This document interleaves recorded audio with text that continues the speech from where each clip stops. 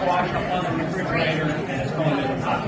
I just want to remind you, Jim Cunningham reminded me that there is still wine available for sale outside, so you can avail yourself of that and the beautiful centerpieces. Well, who is the florist?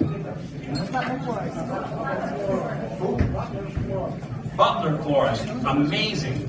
The centerpieces, they are available to the highest bidder, starting at $30. And you can see Jim about that. He'll take care of the finance part of it. And if there's any dispute about the highest bidder, he'll take care of that too. All right, we are ready to start our next course after that sublime soup. Again, the two things that I could have spent the whole night eating, we've already had. But now we're gonna have a little something different, a little bit lighter. This is Chef Joshua Stotts. I'm sorry, Joshua. And he is from Anna Marie's Winery. Now, where is Anna Marie's Winery? It's a little place in East Butler. It's not really in the heart of Butler, but it has a wonderful location. And mostly they make wine, or they have a restaurant. We have a restaurant and a winery. Our dishes include everything from pasta to proteins, and the wine is very extensive. Yeah, I'll bet. Yeah, lots of different wines. Okay, so you're going to make one. Tell us what you're going to make. So today I'm going to be making an autumn harvest salad. It's a little bit heartier than your normal summer salads, but it still has like a little bit of fruit. You can turn it into more of a meal than a side if you add protein like chicken or beef to it. It's just a good, well-rounded salad. Great. Look forward to it. Let's get it started. That's going to be for our bacon. Turn that on. Medium. Exactly.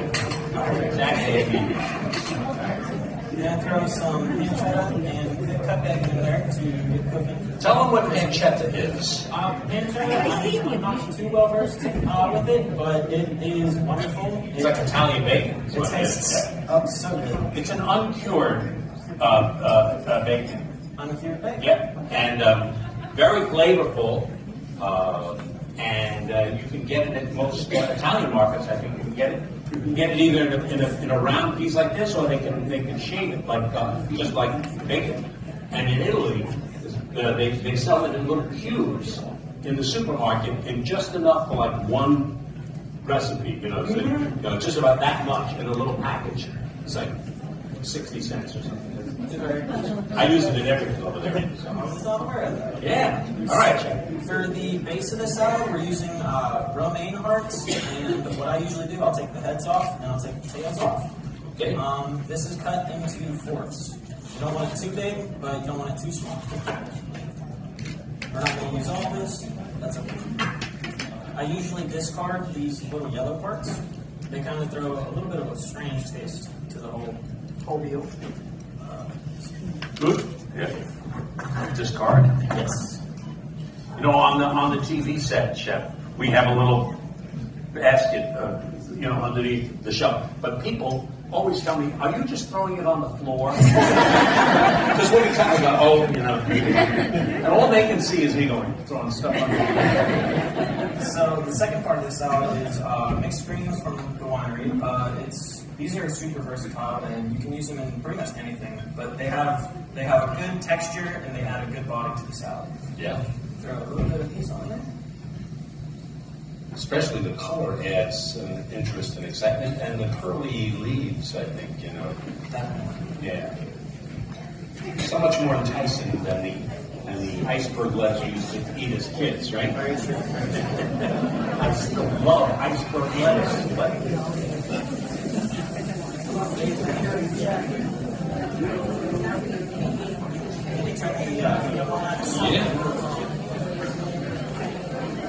Alright, so next part of the salad, I have pre-roasted pecans.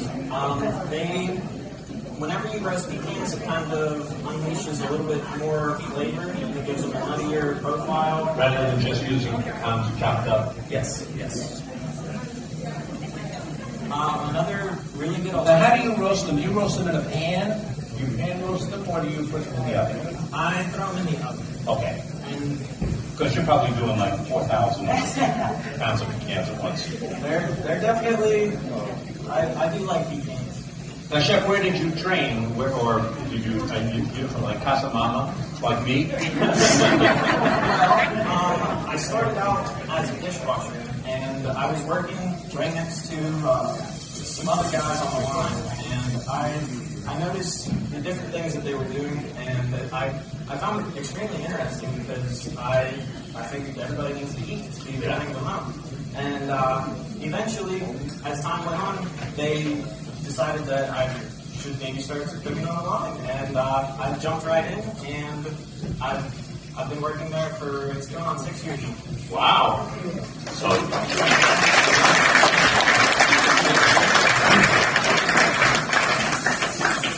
Okay.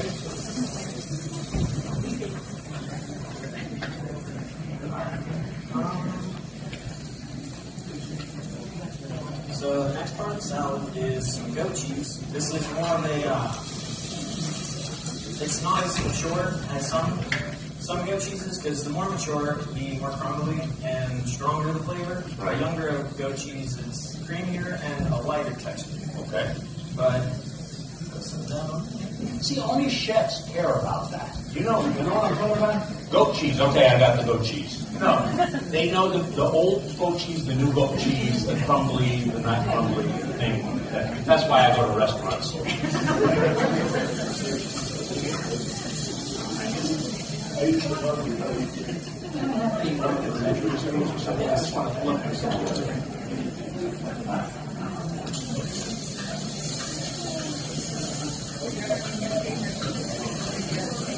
In addition to everything else on the salad, pomegranate seeds, they add a nice little bit of color and a little bit of tart to the salad.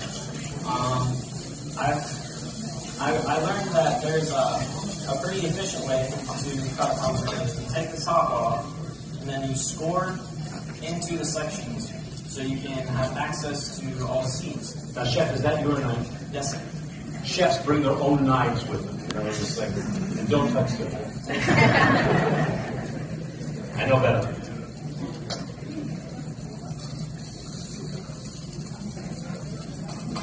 Pomegranates are great, but they are a pain in the neck to Oh, yes, that is very true. get the seeds out. Once it's opened up like that. We don't have to do the washing. Awesome. Once it's opened up and you can see the seeds, you just take the handle of your knife, give it a few good taps, and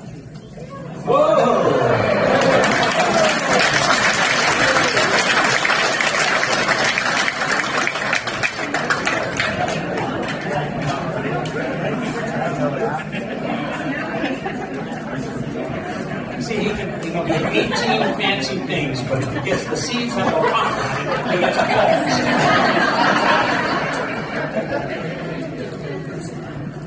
a few more. Yeah, that's good. a crispier bacon helps in the texture profile of this. It adds a nice bit of crunch without being overly crunchy. And all right, this guy's done. We're going to start on the dressing. Well, Actually, once that bacon is done, we'll take it. You want this? Yes, I'll let you do it. Thank you, sir. Placement is apparently important here. Oh yes, And apparently. that's why, well, you don't have them. But now I see chefs, and they all have tweezers in their pockets. Very important. Very important. Very important tool in cooking now. You have I see you have your thermometer, so you know everything is safe and everything. But the tool now is a tweezer because they place things so specifically on a plate.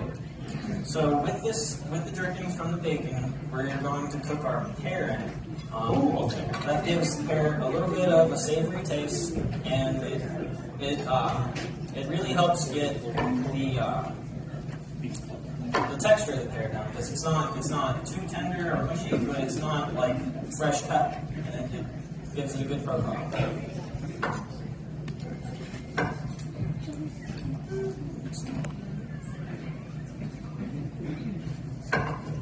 Nice thin slices. Then can you throw that down up? Yep. To these pears, we're going to add a little bit of brown sugar. That'll help with the caramelization of everything.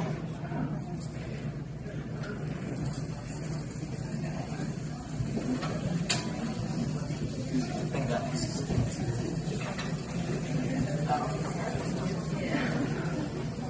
There's the brown sugar.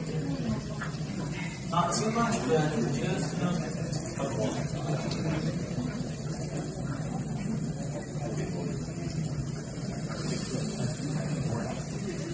That'll caramelize and kind of make it like a syrup. Yeah. Right in that bacon grease. Yeah. Wasting not one. I love it.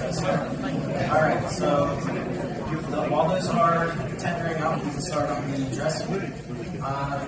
This dressing took a little bit to figure out exactly what worked, but it is a wonderful, wonderful dressing. We have pomegranate wine from Winery's Winery Café. They have pomegranate wine? Yes.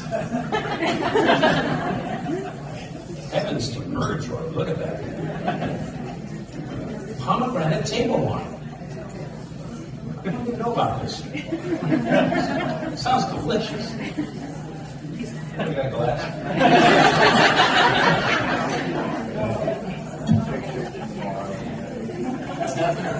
Definitely good. I've never tried it. It's just what I've heard. But the original recipe for this dressing called for pomegranate juice. This is substituting for that. It's a quarter cup of pomegranate wine, along with half a cup of oil. I found that olive oil is a very, very heavy-bodied oil, and when used in this dressing, it kind of is overpowering. So I would recommend using about those can probably be turned off. Should I flip them or just leave them? Yeah. Here's this measure. I didn't bring my tongs. That's all right. I'm trained in small spoons. I recommend a 75-25 vegetable oil to olive oil blend. That works pretty phenomenally, and it's not overpowering, but it's not too light either. But that took a lot of thinking. All right. So we have our wine, oil. We're going to put about 1 tablespoon of honey mustard.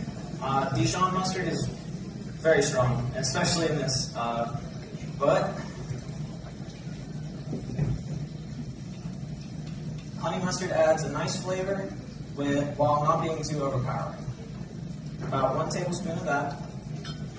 And doesn't the mustard also act as like an emulsifier? In other words, it makes all of the other ingredients stay together, right? Yes. It makes it into one thing.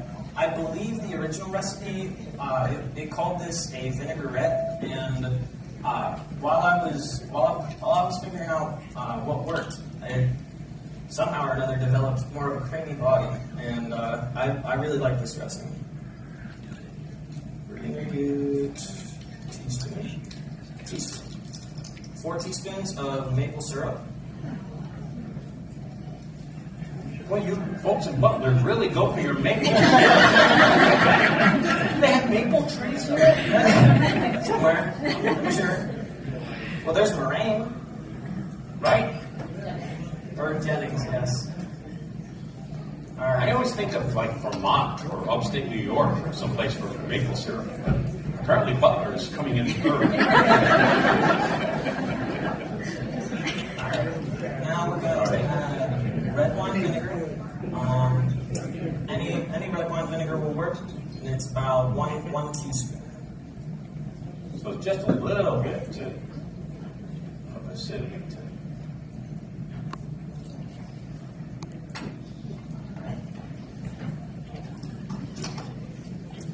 Now to this, we are going to add some of the pomegranate seeds from earlier. The pomegranate seeds help give the dressing a pretty appealing color because without them it's kind of an off yellow, but it adds a nice amount of tartness to it, and I really like the addition of pomegranate seeds.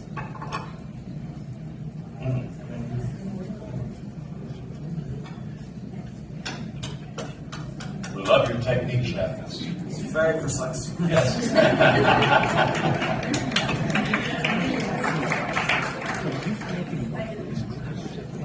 Sometimes I imagine, because I never did go to any sort of culinary training, but I think about what it would be like at a culinary institute where you study all of this stuff and they say, "Oh, I looked at my program this morning, we're going to learn pomegranate seeding."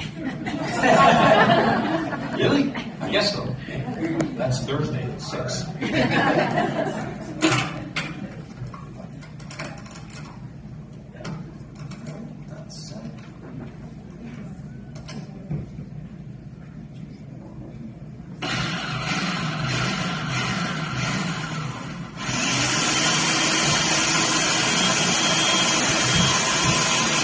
Use multiplier for this. However, that might be very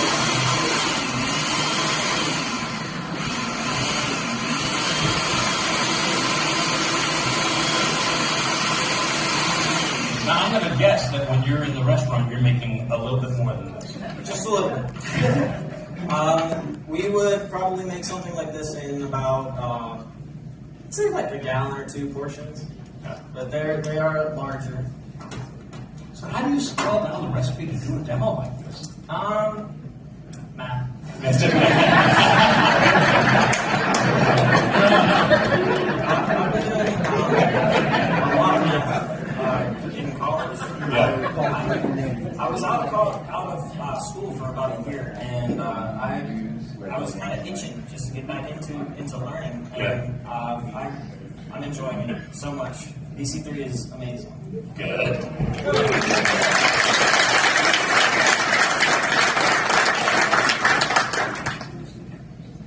Draw things on there. That doesn't make it so. And then I'll just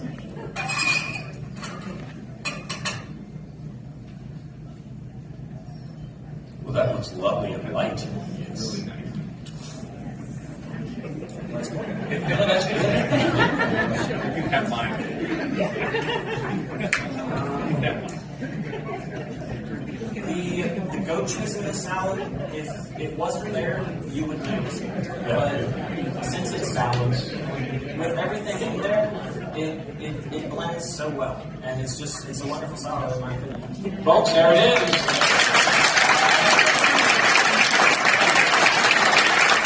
We call this autumn harvest salad.